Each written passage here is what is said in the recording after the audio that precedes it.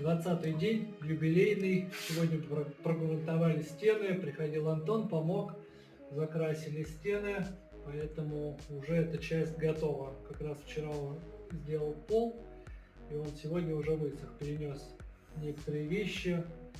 Завтра будет небольшая генуборка.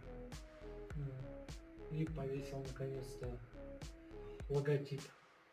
Ну и начал разрисовывать электрику. Немножко моя однолинейная схема. Покажу.